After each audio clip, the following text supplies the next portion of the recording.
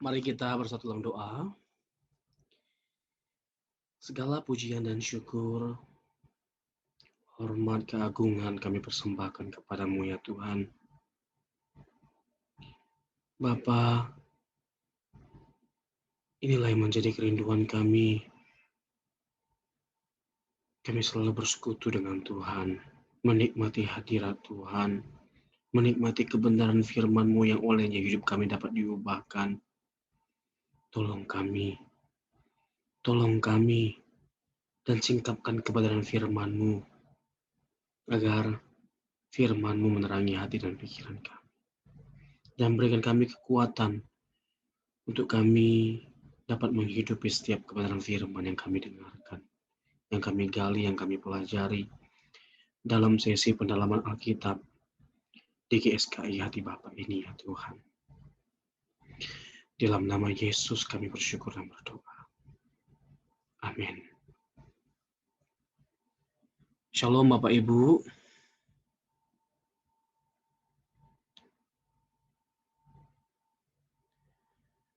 Sekali lagi shalom.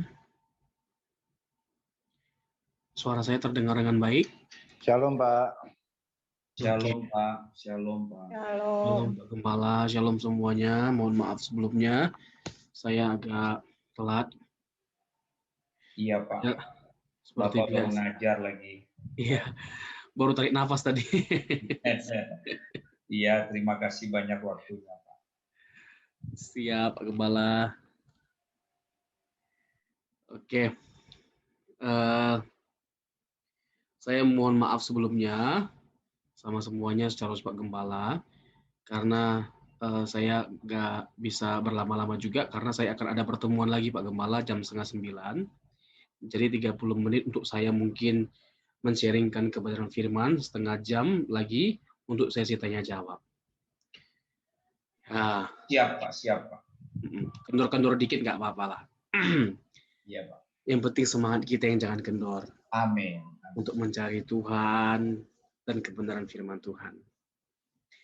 Oke Bapak Ibu, seperti permintaan Bapak Gembala, ya kan, seperti analogi yang diberikan oleh Bapak Gembala, memang paling bisa Bapak Gembala kita ini. Seperti doa rasa-rasanya nggak mau amin. Begitu juga dengan kami Pak. Kami nggak mau cepat-cepat selesai, lanjutkan lagi pembahasan ini. Memang luar biasa Bapak Gembala Bapak Ibu ini luar biasa. Ya kan?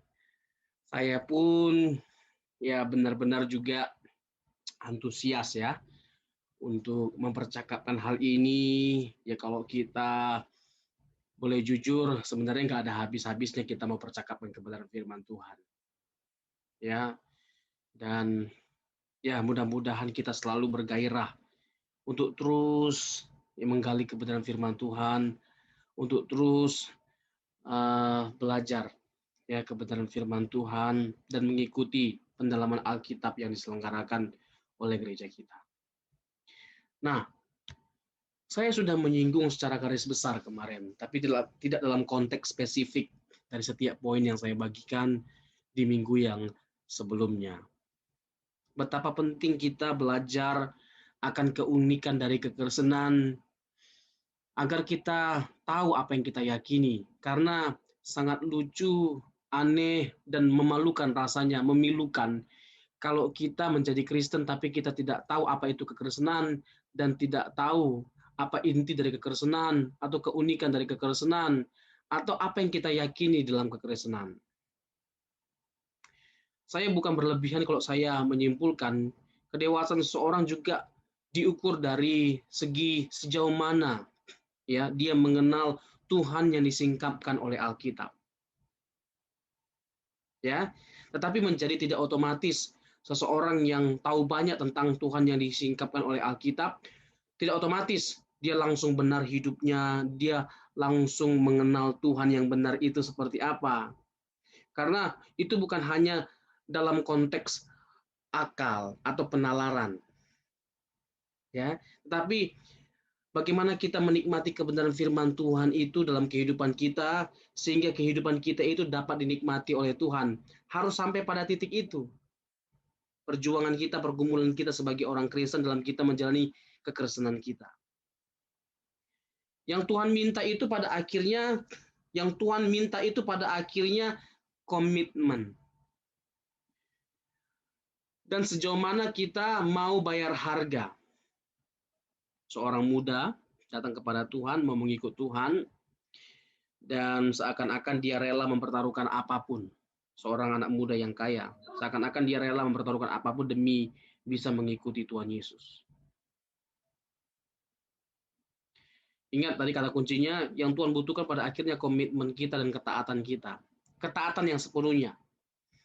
Ya. Lalu Tuhan suruh melakukan ini, dia bilang sudah lakukan, itu dia sudah lakukan, semuanya sudah dilakukan. Lalu Tuhan berkata, if you want to be perfect, jualah segala hartamu dan ikutlah aku. Lalu apa yang terjadi? Anak muda itu sedih. Karena apa? Banyak hartanya. Ada pelajaran yang mahal yang bisa kita petik dari case ini. Apa itu? Ini Bapak Ibu tolong diingat. Jangan sampai ada sesuatu, jangan sampai ada sesuatu yang memikat hati kita melebihi dari Tuhan. Karena kalau ada sesuatu dalam diri kita yang membuat kita terikat, terpikat, melebihi dari keterikatan kita dengan Tuhan, itu akan membuat kita tidak mungkin bisa maksimal dengan Tuhan. Tuhan pada akhirnya menyuruh kita dan menantang kita, mau milih dia atau mamon. Hidup ini pilihan. Dan kita bebas untuk memilih. Tuhan tidak akan pernah memaksakan kita. Mau jadi baik atau tidaknya kita itu bergantung pada pilihan kita. Tetapi Tuhan tidak mungkin tidak menolong kita dalam perjuangan kita untuk menjadi baik, apalagi menjadi serupa dengan Dia. Tuhan berikan penebusan bagi setiap kita. Tuhan berikan Roh Kudus-Nya. Tuhan berikan Injil untuk menjadi pedoman bagi setiap kita dalam kita menjalani kehidupan kita. Untuk kita tahu seperti apa kehidupan yang Tuhan kehendaki. Kurang apa? Nah, kebaikan Tuhan itu sejatinya harus diukur dengan hal-hal yang bersifat kekal seperti ini. Hal-hal yang bernilai kekal seperti ini. Karena kita ini bukan makhluk sementara, kita ini makhluk kekal. Kita ini makhluk kekal diciptakan oleh pribadi yang kekal, yang tidak dibatasi oleh ruang dan waktu, beyond time and space. Ya, melampaui ruang dan waktu. Kita ini makhluk kekal. Jadi ketika kita mati bukan selesai semuanya. Ingat Bapak Ibu, ketika kita mati bukan selesai semuanya. Semuanya sudah selesai. Itu penganut nihilisme. Itu tidak benar. Itu tidak sesuai dengan kebenaran. Ketika kita mati, dan ketika hari penghakiman itu tiba, kita akan mempertanggungjawabkan semua hal dalam hidup kita. Dan tidak ada sesuatu apapun yang tersembunyi di hadapan Tuhan. Semuanya akan tersingkapkan di hari penghakiman. Nah, jadi kita ini adalah makhluk kekal. Maka jangan sampai kita mempertaruhkan hidup kekal kita, kekekalan hidup kita dalam kehidupan kita yang sementara ini. Garis bawahi Bapak Ibu.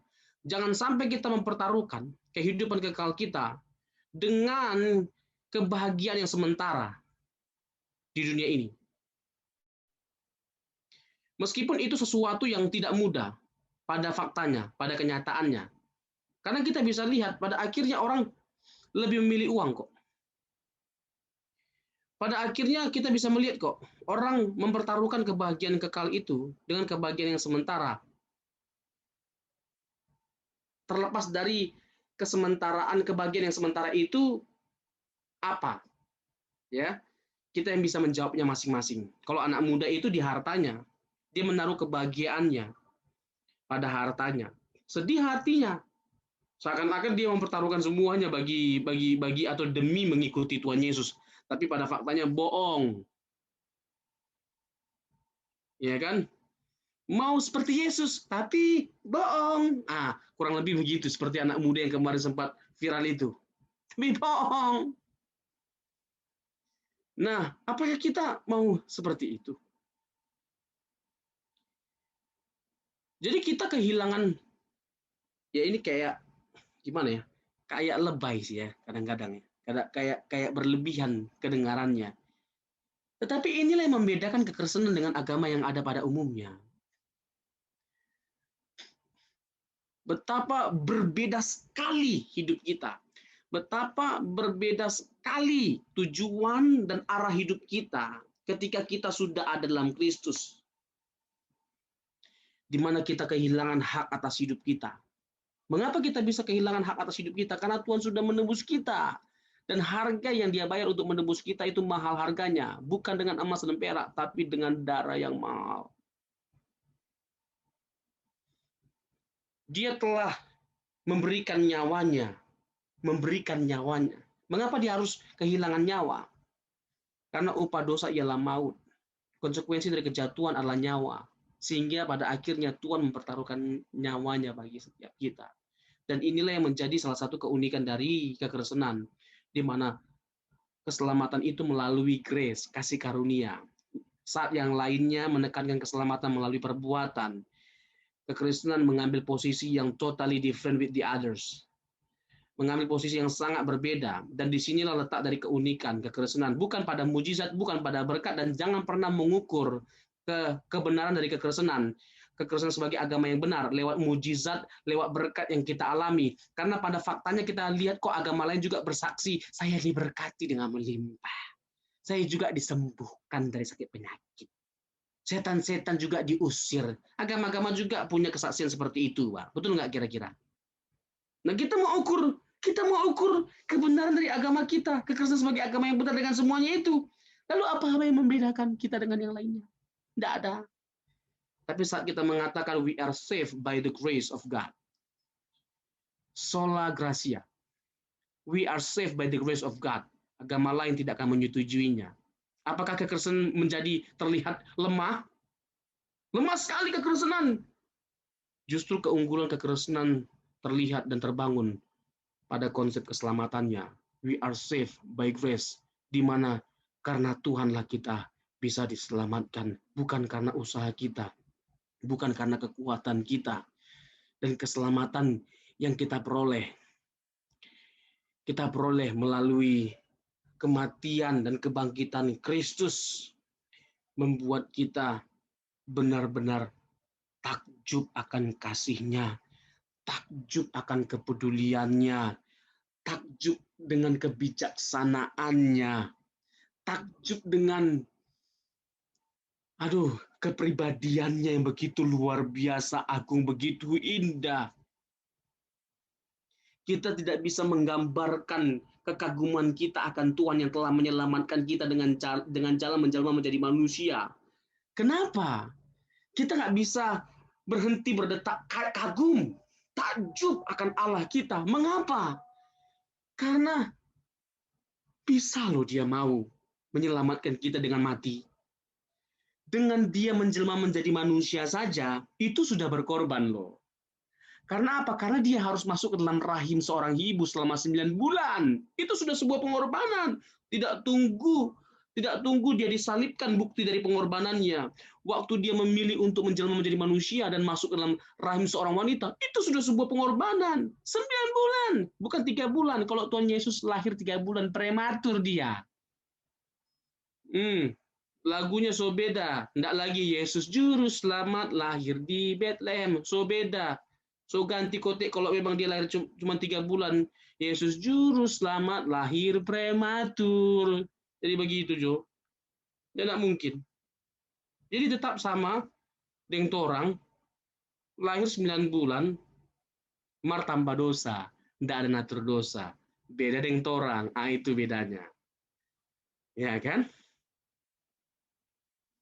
Nah, kenapa dia harus lahir sebagai manusia dan dalam segala hal dia disamakan dengan manusia, supaya kita manusia dalam segala hal menjadi serupa dengan dia.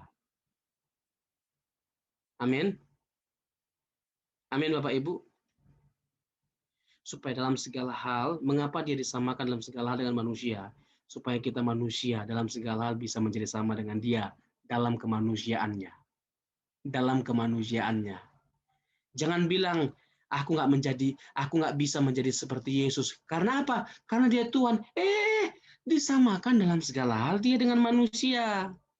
Betul dia Tuhan, tapi sudah disamakan waktu dia menjadi manusia dengan kita dalam segala hal. Ibrani 2 ayat 17.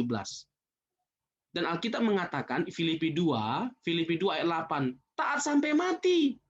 Bapak Ibu nanti ayat-ayat keluar dari mulut saya tanpa saya tanpa kita buka, karena memang waktu yang pendek ini kan berharga sekali. Nah, saya takut nanti waktu kita habis hanya untuk buka-buka ayat. Jadi catat Jo, nanti buka sendiri di rumah. Saya percaya Bapak Ibu ini rajin baca Alkitab. Amin. Amin, dalam mulut, dalam hati aman Pak Pendeta.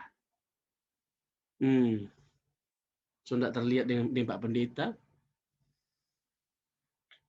Ya, nanti baca, dicatat, nanti dibaca di rumah. Filipi 2 ayat 8, ya kan? Bagaimana Paulus menekankan ketaatan Yesus, kerendahan hatian Yesus. Dan pokok utama, pesan utama yang Paulus mau sampaikan dalam Filipi 2 bukan soal apa yang diperdebatkan masalah kenosis Tuhan Yesus mengosongkan diri. Dia manusia 100% atau Allah 100%. Waktu dia berkenosis, mengosongkan diri. Bukan itu pesan utamanya. Pesan utamanya bagaimana Yesus yang adalah Allah itu sendiri. Rendah hati. Terus taat. Kenapa? Kenapa dia bisa rendah hati? Dan di mana bukti kerendahan hatiannya? Yang walaupun dalam rupa Allah menganggap kesetaraannya dengan Allah sebagai milik yang tidak harus dipertahankan. Yang walaupun dalam rupa Allah tidak menganggap kesetaraannya sebagai milik yang harus dipertahankan. Yang walaupun dalam rupa Allah tidak menganggap kesetaraannya dengan Allah sebagai milik yang harus dipertahankan, melainkan mengosongkan diri dan mengambil rupa seorang hamba.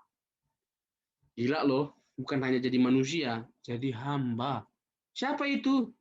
Tuhan atas alam semesta yang empunya alam semesta jadi hamba.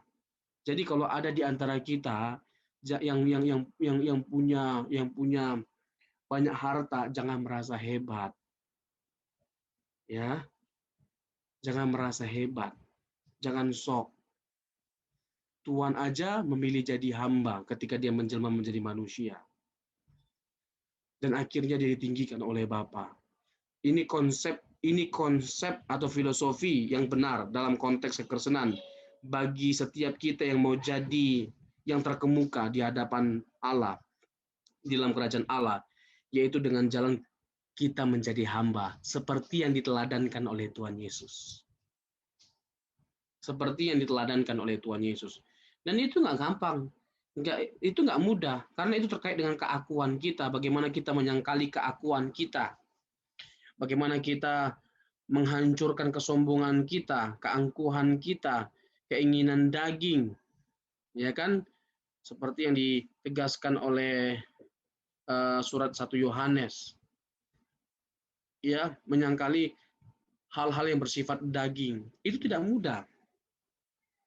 Jadi Filipi 2 itu misalnya ditegaskan Yesus itu taat sampai mati. Loh, kok bisa?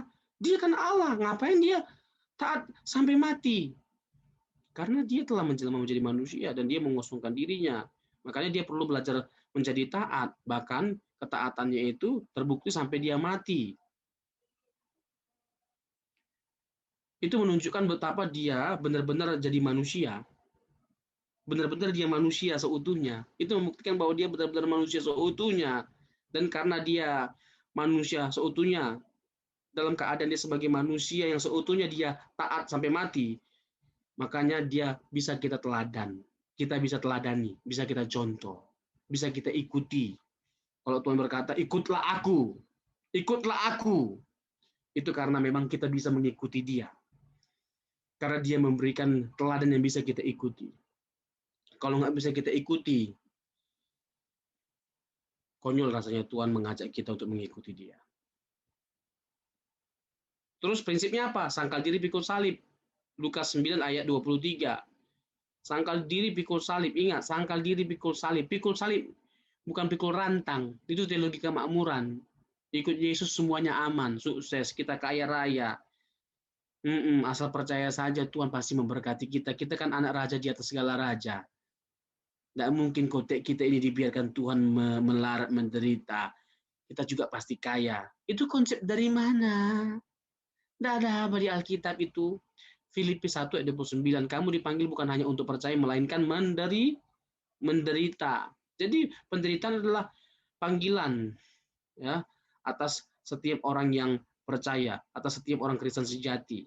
Jadi kalau kita menamakan diri kita sebagai orang Kristen sejati, maka salah satu karakteristiknya adalah kita rela menderita. Bagi siapa? Bagi Kristus. Kita menderita bukan karena mencuri ayam, lalu dihukum, lalu aku menderita bagi Kristus. Nanda. Terus kita korupsi, lalu dihukum. Aduh Tuhan, aku tahu ini bagian dari penderitaan karena aku mengikut Engkau. Anak korupsi kuat. Anak bilang anak menderita karena Kristus, bukan menderita seperti itu, Mbak. Karena kita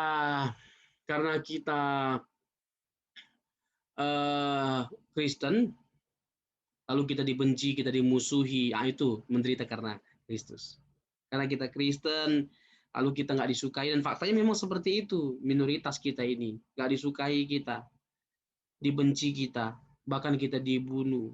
Itulah yang disampaikan, ditegaskan oleh Alkitab 2000 tahun yang lalu, dan itu tergenapi di sepanjang zaman. Bagaimana orang-orang Kristen itu tetap mengalami konsekuensi karena iman kepada Kristus. Mereka mengalami penganiayaan karena Kristus, karena iman akan Kristus.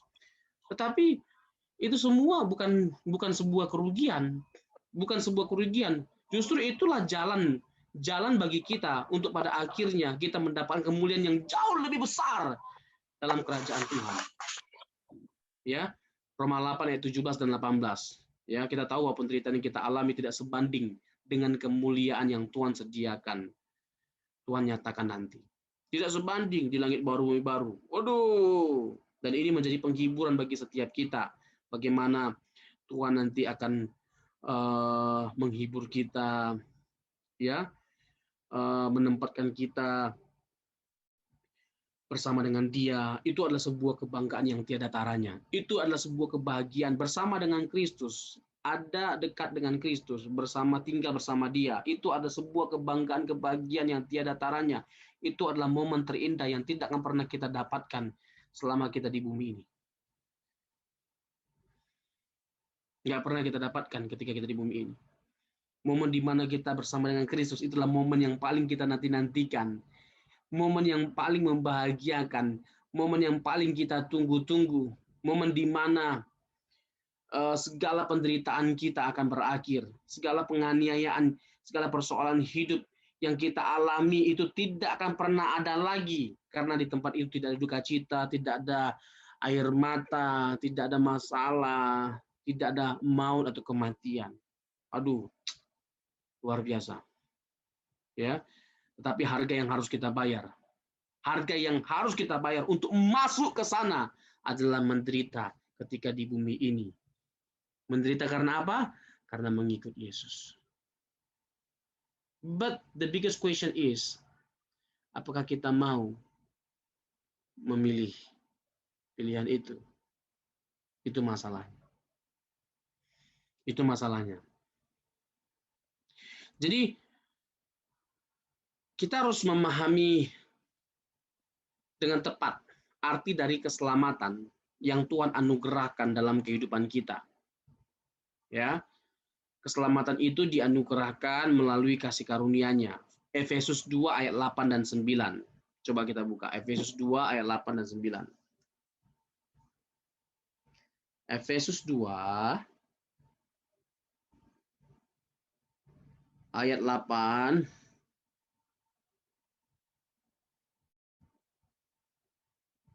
dikatakan demikian, sebab karena kasih karunia kamu diselamatkan oleh iman. Itu bukan hasil usahamu, tetapi pemberian Allah. Itu bukan hasil pekerjaanmu. Jangan ada orang yang memegahkan diri. Ya, ada orang yang menganggap bahwa percaya Yesus itu nggak cukup untuk selamat.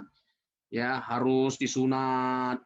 Ya, kalau seperti orang Yahudi, pada waktu itu kan Paulus berhadapan sama orang Yahudi yang jadi Kristen.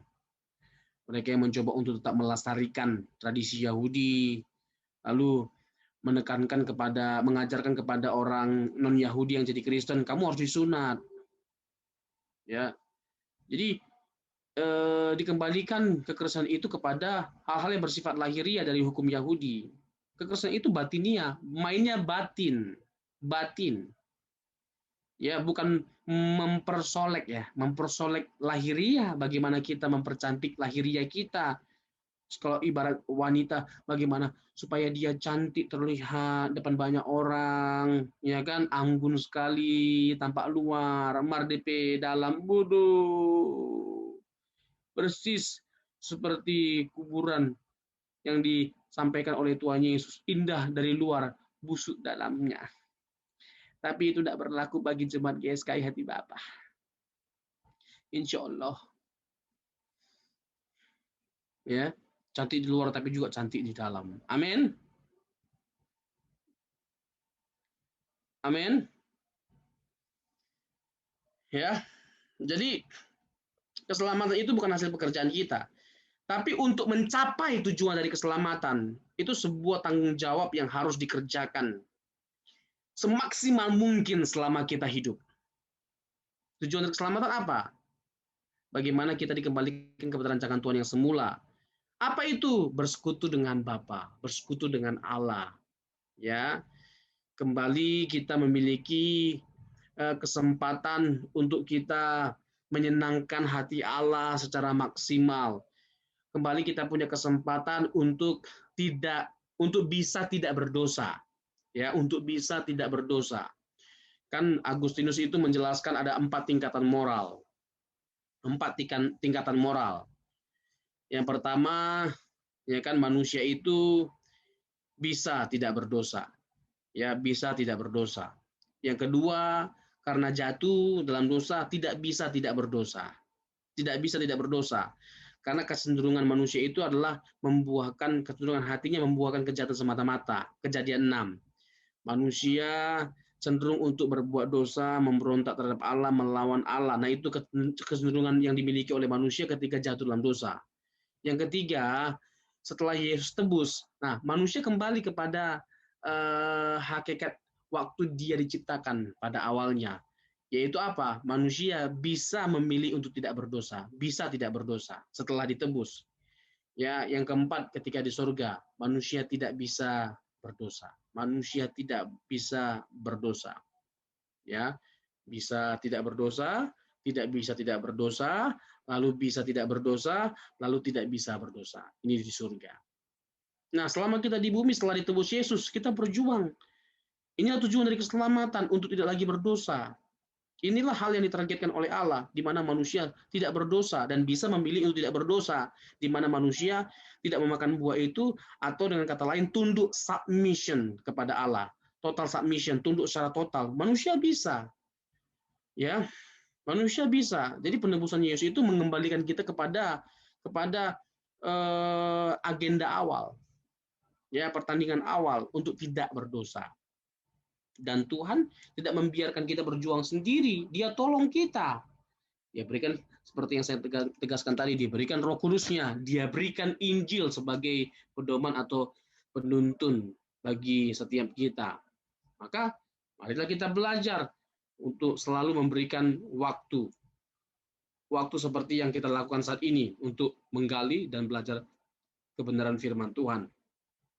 Ya, agar pikiran kita diisi, ya, dengan kebenaran firman Tuhan. Aduh, Bapak Ibu, kita sudah mendengar kebenaran firman Tuhan saja nih, ya. Sudah bahkan melayani Tuhan, bahkan hamba Tuhan, masih aja kita bisa dengan mudahnya jatuh dalam dosa. Apalagi kalau kita nggak sungguh-sungguh belajar kebenaran firman Tuhan. Aduh, susah. Kita ini tinggal di dunia yang semakin hari semakin rusak, ya. Kita tinggal di dunia yang tidak ideal. Aduh, tambah lagi sangat menyedihkan sekali kalau kita merasa aman dan nyaman di dunia ini. Ya. Aduh, lebih menyedihkan lagi kalau kita tidak serius mempersiapkan diri kita. Nggak ada yang bisa kita harapkan dari dunia ini. Dunia ini mengecewakan. Dunia ini bukan tempat yang ideal, bukan tempat kita. Kematian Kristus, ya, di bumi ini. Penebusan Kristus ya bagi setiap kita. Itu tujuannya untuk membawa kita ke tempat yang sesungguhnya, tempat di mana dia berada. Dari kematiannya itu adalah garansi untuk membawa kita ke sana, tempat di mana Allah berada, di mana tidak ada duka cita, penderitaan, yang ada hanyalah sukacita. Karena apa? Karena kita bersama dengan Kristus. Jadi sekali lagi perjuangan kita adalah untuk mencapai tujuan dari keselamatan itu. Kita harus berusaha sekeras mungkin. Ya, keselamatan sudah diberikan, tetapi bukan berarti kita kehilangan tanggung jawab atau uh, doing nothing. Ya, tidak buat apa-apa, selesai. Kan sudah Tuhan kerjakan keselamatan bagi setiap kita. Oh enggak, itu sama seperti kemerdekaan. Tidak otomatis kita memang betul-betul free in everything. Ya, kodrat dosa, kita harus berjuang untuk melawan kodrat dosa yang ada pada diri kita. Konsekuensi dari dosa itu sudah dikalahkan, dipatahkan oleh Tuhan, yaitu maut lewat kematiannya. Dia bangkit dari kematian, sehingga maut tidak lagi menguasai kita. Kita bisa tidak mengalami maut dengan kita percaya kepada Kristus, dengan kita menghidupi kehendaknya. Tetapi kalau kita tidak sungguh-sungguh mengikuti dia, tidak menghidupi kehendaknya, maka tidak ada jaminan untuk kita tidak terhindar dari kebinasaan. Makanya Yohanes 15 dengan tegas mengatakan, kalau kita tidak melekat ya pada pokok anggur, maka kita akan dipotong. Kita ini ranting-ranting, ranting nggak bisa bertumbuh, ranting nggak bisa berbuah kalau tidak melekat pada pohonnya. Jadi bagaimana caranya kita bisa berbuah dan bertumbuh? Selalu kita melekat kepada Kristus, selalu kita melekat kepada Kristus. Ya, sehingga kita bisa terus mengalami pertumbuhan, kita bisa berbuah, menghasilkan buah, bahkan buah yang lebat. Ya, mengalami pertobatan, mengalami perubahan hidup, mengalami peningkatan iman, spiritual, cara pandang kita terhadap dunia semakin hari semakin berbeda. Betul banyak masalah, tapi masalah hidup kita tidak akan pernah mengganggu kita atau mengganggu iman kita atau membuat iman kita menjadi goyah. Justru masalah hidup itu membuat kita menjadi semakin dekat dengan Tuhan, semakin melekat dengan Tuhan. Seharusnya seperti itu. Seharusnya seperti itu keadaan kita sebagai orang percaya atau respon kita sebagai orang percaya terhadap apapun yang ada di dunia ini. Nah, ya, saya juga sudah singgung sebelumnya bahwa keunikan selanjutnya dari kekristenan adalah terletak pada tokoh utamanya, yaitu Tuhan kita Yesus Kristus. Sehebat-hebatnya seorang tokoh di dunia ini, ya dalam agama apapun ya, yang disaksikan oleh setiap agama yang ada, tidak ada satupun tokoh yang menyerupai Tuhan Yesus. Tidak ada satupun. Dan tokoh yang satu ini, yaitu Tuhan Yesus, benar-benar unik. Ya, Alkitab menyaksikan bahwa dia suci. Alkitab menyaksikan bahwa dia kudus. Tidak ada cacat, tidak ada celah. Tidak ada cacat, tidak ada celah. Lagi-lagi, disinilah letak dari keunggulan atau keunikan dari kekristenan, yaitu pada pribadi Yesus Kristus. Ya, pada ajarannya, pada keagungan karakternya, dan menjadi percaya Yesus adalah menjadi orang yang hidup seperti Tuhan Yesus. Bagaimana kita mengenakan karakternya, bagaimana kita menghidupi ajarannya. Ya, terus ya, kita sungguh-sungguh sangat bersyukur sekali jadi Kristen, Bapak Ibu. Kita sungguh sangat bersyukur jadi Kristen. Bapak Ibu, sekali lagi saya mau tegaskan, ini menjadi penting. Bapak Ibu itu adalah orang yang beruntung. Yang setuju katakan amin. Yang setuju katakan amin. Izinkan saya membuka mata setiap kita. Izinkan saya untuk membuka mata rohani setiap kita. Tidak dapat digambarkan dengan kata-kata, tidak dapat digambarkan dengan apapun keberuntungan atau keuntungan kita ketika kita menjadi Kristen. Dan keuntungan kita terbesar dengan kita menjadi Kristen adalah ketika kita punya kesempatan untuk menjadi seperti Tuhan Yesus. Tidak semua orang punya kesempatan ini dan tidak semua orang bisa memenuhi panggilan ini. Jadi bangga kita jadi Kristen, tapi tidak hanya berhenti bangganya kita dengan jadi beragama Kristen, tetapi bagaimana kita menggumuli panggilan kekristenan itu. Apa itu? Menjadi seperti Tuhan Yesus. Kalau hanya berhenti pada dengan kita beragama Kristen, nggak ada bedanya kita dengan agama-agama lainnya. Yang setuju katakan amin. Jadi, keberuntungan kita itu nggak bisa digambarkan dengan kata-kata ketika kita memilih Kristus, ketika kita memilih menjadi Kristen. Nggak bisa digambarkan dengan kata-kata, melebihi dari apapun keuntungannya, melebihi dari dapat mobil, melebihi dari dapat suami ganteng, suami yang baik, istri yang cantik, istri yang baik, melebihi dari itu semua keuntungan kita dengan kita memilih Kristus atau menjadi Kristen. Iya. Coba suatu hari nanti Bapak Ibu, ketika di kerajaan Tuhan, kita bertemu muka dengan muka. Coba kita bayangkan, kita bertemu muka dengan muka. Di bumi ini kita capek, ada kalanya kita lelah, ada kalanya kita kecewa, ada kalanya kita marah dengan keadaan, ada kalanya kita stres, ada kalanya kita, frustasi. Ada kalanya kita marah sama suami, marah sama istri. Tapi ketika kita tutup mata, ketika kita di surga, kita bertemu muka dengan muka. Semuanya itu terbayarkan Bapak Ibu. Ketika kita stres, tapi kita nggak marah.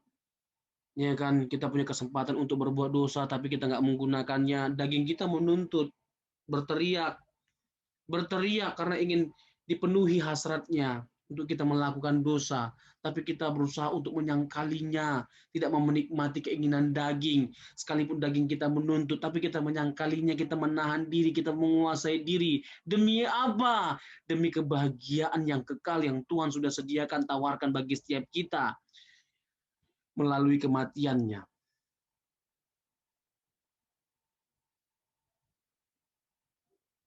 Dan itulah yang menjadi kebahagiaan kita. Dan itulah yang menjadi keuntungan kita ketika kita menjadi seorang Kristen. Sekali lagi yang setuju katakan amin.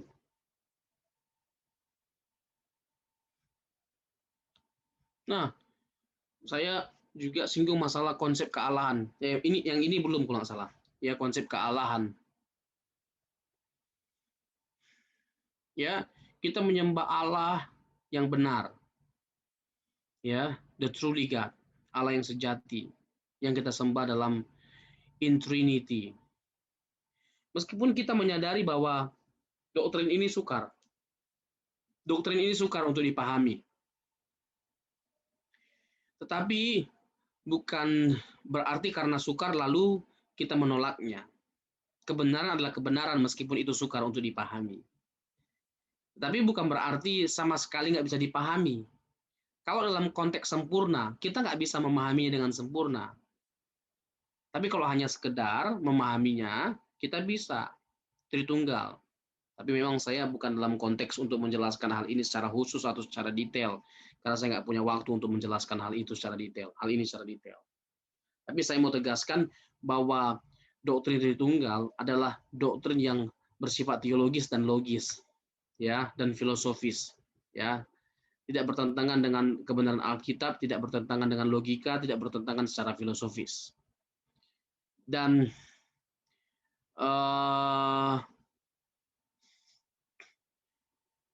yang membuat kita takjub juga jadi Kristen itu termasuk dalam hal doktrin Tritunggal.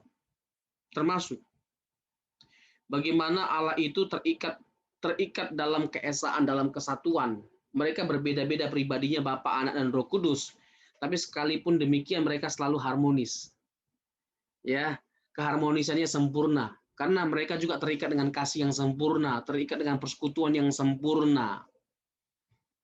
Nah, relasi Tritunggal ini menjadi gambaran bagi setiap kita, cerminan bagi setiap kita. Meskipun kita berbeda-beda, kita harus tetap terikat dalam satu persekutuan. Yang mengikatnya apa? Kasih. Kasih terhadap apa? Kasih terhadap Kristus. Bukan perbedaannya yang kita pandang. Ya, tetapi kasih Kristus, kasih Kristus yang menghancurkan segala perbedaan. Yang menghancurkan segala perbedaan dan tidak ada lagi batasan. Apapun tidak lagi menjadi batasan dalam kita saling berelasi satu sama lain, apalagi kepada Tuhan. Tidak ada. Ya, waktu Tuhan Yesus mati, tabir Allah itu terbelah dua. Ya, tirai itu terbelah dua, bukan dari bawah ke atas, tapi dari atas ke bawah. Itu ada maknanya. Itu artinya bahwa Tuhanlah yang merobeknya. Artinya apa? Tidak ada lagi pemisah. Ya, tidak lagi tembok pemisah. Setiap orang itu bisa langsung berhubungan dengan Allah tanpa ada lagi yang membatasinya. Enggak harus hanya imam aja yang bisa berhubungan dengan Allah, tapi setiap orang bisa berelasi dengan Allah. Nah, setiap kita juga sama. Setiap kita tanpa dibatasi oleh apapun, oleh suku, oleh ras, ya. Kita semua memiliki hak yang sama untuk kita boleh bersama-sama bersekutu dengan Tuhan dan saudara seiman.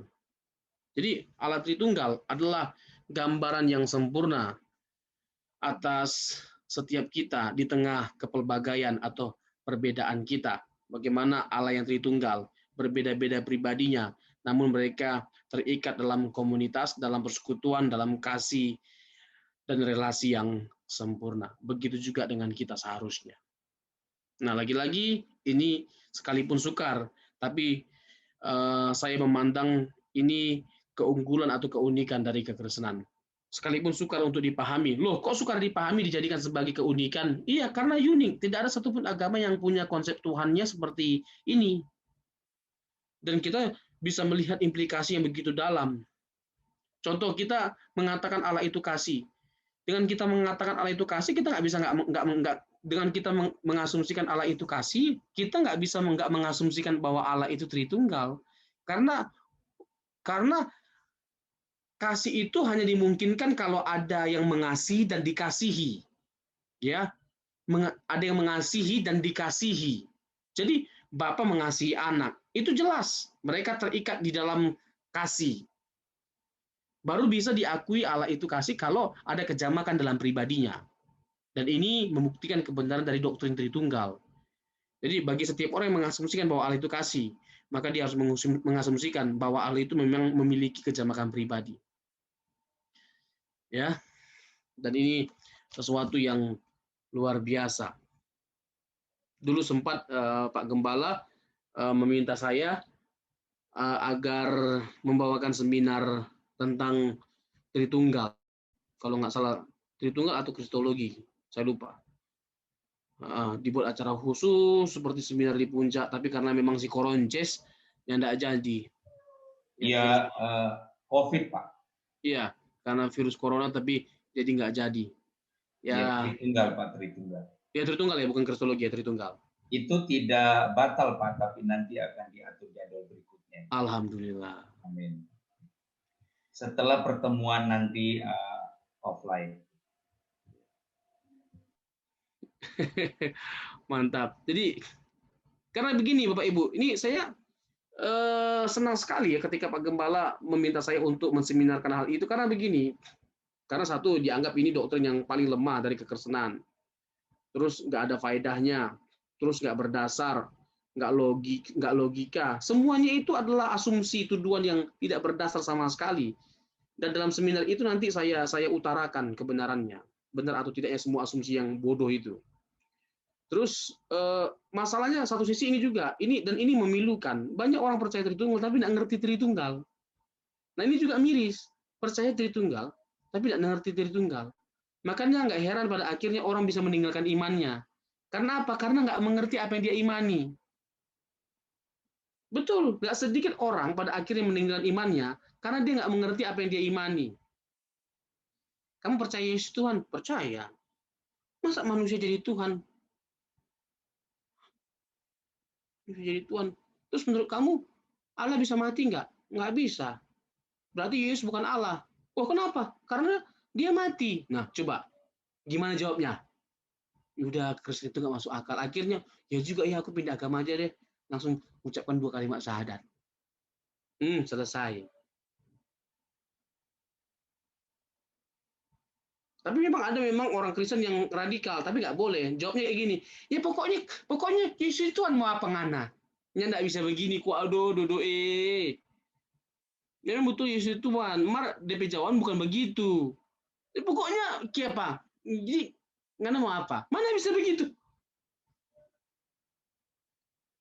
Kalian kok menyembah manusia jadi Tuhan sih? Kok manusia disembah sebagai Tuhan? Kita nggak pernah menyembah manusia jadi Tuhan. Karena Yesus itu bukan manusia yang jadi Tuhan. Yesus itu adalah Tuhan yang jadi manusia.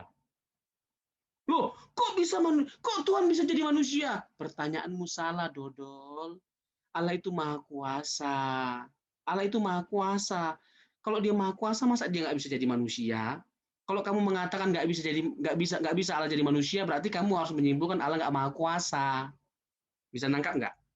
Bisa menangkap?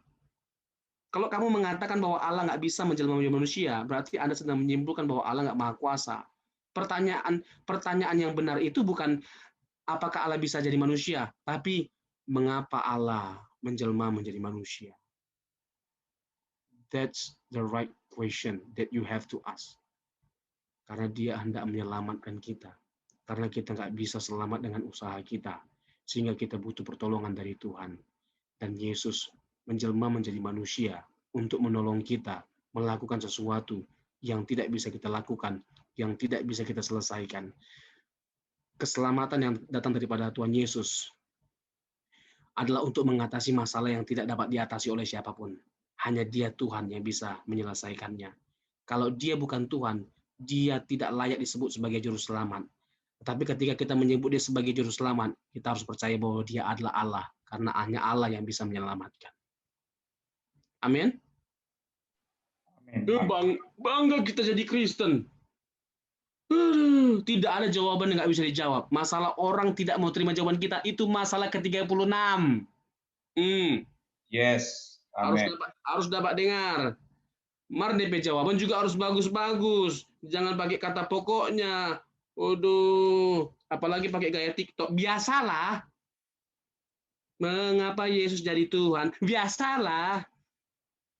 Nggak bisa begitu. Harus dijawab dengan baik, dengan lantang, dengan tegas, dengan keras. Tidak ada keraguan sedikit pun. Ya kan, sudah benar jawabannya baru terakhir. Mau apa ngana? Selesai. Tadi tabiri-biri itu dorang. Kocar kacir. Amin. Nah, mungkin Pak Gembala sejauh ini sudah ada mungkin pertanyaan yang mau diajukan. Yang barusan Bapak ngomong itu menarik sekali, Pak. Saya rasa bahwa satu topik yang nanti pada saat diizinkan kita untuk bisa ibadah normal di Pondok Indah, saya mengatur waktu minta lebih awal karena mungkin bisa 3 sesi, Pak. Salah satu tema mungkin kenapa Yesus ya jadi manusia. Dan ini jujur yang Bapak katakan tadi, mau dibilang bahwa bahkan pelayan-pelayan Tuhan pun yang melayani di mimbar, yang bisa disebut imam, itu sulit untuk menjawab akan pertanyaan akan orang kepada kita. Nah, ini satu bekal ilahi yang saya rindu sekali, saya pun ingin belajar, Pak, untuk itu. Ya, supaya betul-betul tidak meleset, tepat kita punya jawaban dan ada satu keberanian, sungguh percaya diri untuk menyampaikan dengan bijak kepada saudara kita yang lain. Karena salah satu yang membuat banyak menerima yang Bapak bilang tadi, ya, lalu dia mualaf karena dia nggak mengerti akan tentang Tritunggal itu. Iya, iya gitu. Betul. Nah ini Pak, gitu Pak. Mungkin ada teman saya yang lain, saudara yang lain ingin tanya dengan materi malam ini. Silakan. Ya, mungkin saya tambah dikit Pak Gembala ya. Ya silakan Jadi, Pak. ya, jadi dengan kita belajar seperti ini, jadi jangan bilang bahwa belajar doktrin itu sesuatu yang tidak penting, sesuatu yang membosankan, sesuatu yang menguras tenaga. Kalau kita menganggap bahwa keselamatan kekal adalah sesuatu yang sangat bernilai kekal, ya, keselamatan kekal, keselamatan abadi, sesuatu yang sangat penting melebihi dari apapun, maka belajar seperti ini adalah bagiannya. Ini kita sedang mempersiapkan kekekalan ini sebenarnya, tanpa kita sadari. Karena setiap kebenaran yang kita pelajari, kita pahami, dan kita lakukan, itu membawa kita menjadi menjadi semakin serius ya memperkarakan kehidupan yang berkenan di hadapan Tuhan. Ini bernilai kekal. Jadi terus yang kedua, ya kita tidak menambah jumlah orang-orang yang meninggalkan imannya karena ketidaktahuannya. Itu juga menjadi penting untuk diingat. Kita tidak menambah jumlah kuantitas dari orang-orang yang meninggalkan imannya karena minimnya pengetahuannya, miskinnya pengetahuannya. Yang jadi Kristen itu hanya mau jadi kaya, mau lepas dari semua masalah hidupnya, persoalan hidupnya. Yang begini-begini ya, yang begini-begini yang sebenarnya rapuh. Karena apa? Karena nggak kuat, dasar kekristenannya nggak kuat. Sehingga nggak heran dengan mudahnya dia menjual keyakinan, yang menjual imannya akan karena sesuatu. Karena apa? Karena dia cari kaya kok ikut Yesus, nggak didapatkan kekayaan dengan mengikut Yesus, dia tinggalkan imannya. Yang begini-begini, aduh. Makanya nggak heran ya anak muda itu bisa dengan mudahnya meninggalkan Tuhan. Nah begitu Pak Gembala. Saya persilakan lanjutkan. Pak Redson, itu ada di situ Pak Dedi, Pak. Pak Dedi ini baru beberapa bulan saya ketemu, baru beberapa bulan kenal akan Tuhan Yesus, Pak. Wah. Nah, 3 tahun, Pak Pak. Dedi. Halo. Nah, Pak Redson bisa ngobrol-ngobrol sebentar, Pak. Silakan, Pak. Pak Dedi dari mana? Jakarta, Pak. Maksudnya dari Muslim? Muslim. Oh. Tapi kalau dari khotbah Bapak, ya kalau ada orang yang Kristen pindah ke Islam, itu bukan berarti mereka tidak punya ilmu, bukan itunya, tapi lebih condong ke dia tidak membuka logikanya, akal sehatnya enggak itu. Kebanyakan mereka yang pindah itu saya lihat itu memang ada maksud tertentu gitu, misalnya masalah cewek itu. Kalau yang pindah, kalau menurut yang pindah, saya kan ikut juga di gereja Murtadin Pak ya. Jadi orang-orang murtad semua yang pindah dari Islam semua, itu rata-rata mereka itu membandingkan pengikut Kristus dengan agama lain, itu tidak menyembah apa-apa. Semua dari agama lain itu menyembah sesuatu, benda mati, terutama Islam. Terus sejarah dari nabinya juga buruk. Ya kita kan perbandingannya maunya Islam tuh apple to apple ya Pak ya, tapi nggak bisa dibandingkan seperti itu. Yang pengikut Kristus itu dari segi Alkitabnya lengkap. Tidak seperti Quran yang satu ayat dengan ayat yang lain nggak ada korelasinya, gitu. Akhirnya semua orang bertanya-tanya, gitu. Oke. Jadi orang tua saya dua-duanya, saya orang Minang Pak, orang Padang. Jadi orang tua saya udah haji. Ambo Cielai. Iya. Iya, jawab. Iya, dia sampai sekarang ibu saya tuh masih haji. Saya tinggal sama ibu saya. Tiap hari baca Quran. Dia tidak tahu kalau saya tanya apa tuh yang mama baca sampai khatam. Tapi dia jawabnya nggak tahu. Jadi kita tuh memang dibutakan. untuk mengetahui isi Al-Quran. Ternyata udah banyak beberapa Al-Quran yang saya baca, itu nggak ada jalan penunjuk keselamatan, itu nggak ada di ayatnya. Terus semua yang bersifat kayak seperti sholat, rukun Islam deh, sholat, baca, pergi haji, itu nggak ada di Quran sama sekali. Adanya di buku tafsir dan buku kuning yang semuanya dibuat oleh manusia. Ya kalau saya bayangin, Muhammad itu meninggal 300 tahun setelah si Al-Quran itu berdiri. Ya kan, kita aja untuk ingat yang omongan kakek saya aja mungkin yang 10 tahun aja udah lupa. Apalagi 300 tahun. Jadi mereka tuh lebih cenderung ke ini, mengira-ngira. Jadi nggak bener-bener itunya. Ya dari sana tuh orang yang itunya, orang yang murtadin itu ngelihatnya seperti itu, Kristen itu. Jadi lebih tepatnya ini agama yang benar. Terus kejadian kedua saya ini kalau selama menjadi Kristen ini adalah Tuhan itu memang benar-benar ada di tubuh kita, Roh Kudus. Terbukti dari saya jatuh. Saya ini kondisi saya lagi stroke sebelah. Jadi tangan saya paralyzed sama kaki paralyzed. Waktu itu saya kepleset di kamar mandi yang ukurannya cuma sampai 2 meter 1 meter, 2 kali 1. Dan di situ saya jatuhnya celentang. Kalau saya jatuh celentang, itu persis seperti kura-kura dibalik tubuhnya, itu dibalik badannya. Jadi nggak bisa ngapa-ngapain kan. Di situ saya minta tolong pada Roh Kudus saya untuk saya berbicara, bantulah supaya saya ini bisa, Dedi ini bisa bangkit. Puji Tuhan Pak, ternyata kejadian saya bisa bangun dengan modal tangan kiri saya dan kaki kiri. Nggak tahu caranya gimana, tahu saya bisa bangun. Saya kira, oh mungkin pengalaman itu cuma kebetulan. Ternyata saya jatuh yang untuk kedua kalinya. Semua sama seperti itu, saya nggak bisa bangun sama sekali. Tapi saya berbicara pada apa yang ada di keyakinan saya, bahwa Tuhan itu dan Roh Kudus yang ada di dalam badan, dan saya bisa bangun lagi. Jadi di situ saya lihat ada keterlibatan jamahan Tuhan pada tubuh dari orang pengikut Kristus. Waktu saya di Muslim, itu doa saya sampai gimana juga, tapi nggak ada feel sama sekali.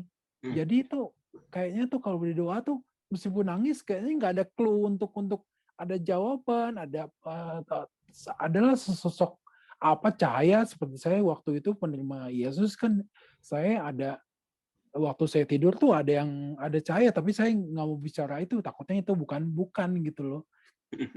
Takutnya itu makhluk lain lagi takutnya. Ya, itu pengalaman saya begitu. Di Murtadin juga banyak yang cerita seperti itu. Ya mengaku Kristen itu memang itu kebanyakan Murtadin orang yang terbuka akal sehatnya dan mencari tahu kebenaran. Dia lebih cenderung ke sana. Yeah. Jadi kalau Kristen itu menjadi mualaf, itu saya bingung juga ya. Ya karena motivasinya salah ya. Karena ada iya, sesuatu motivasi dia tuh pasti ada sesuatu gitu. Ada kepentingan pribadi.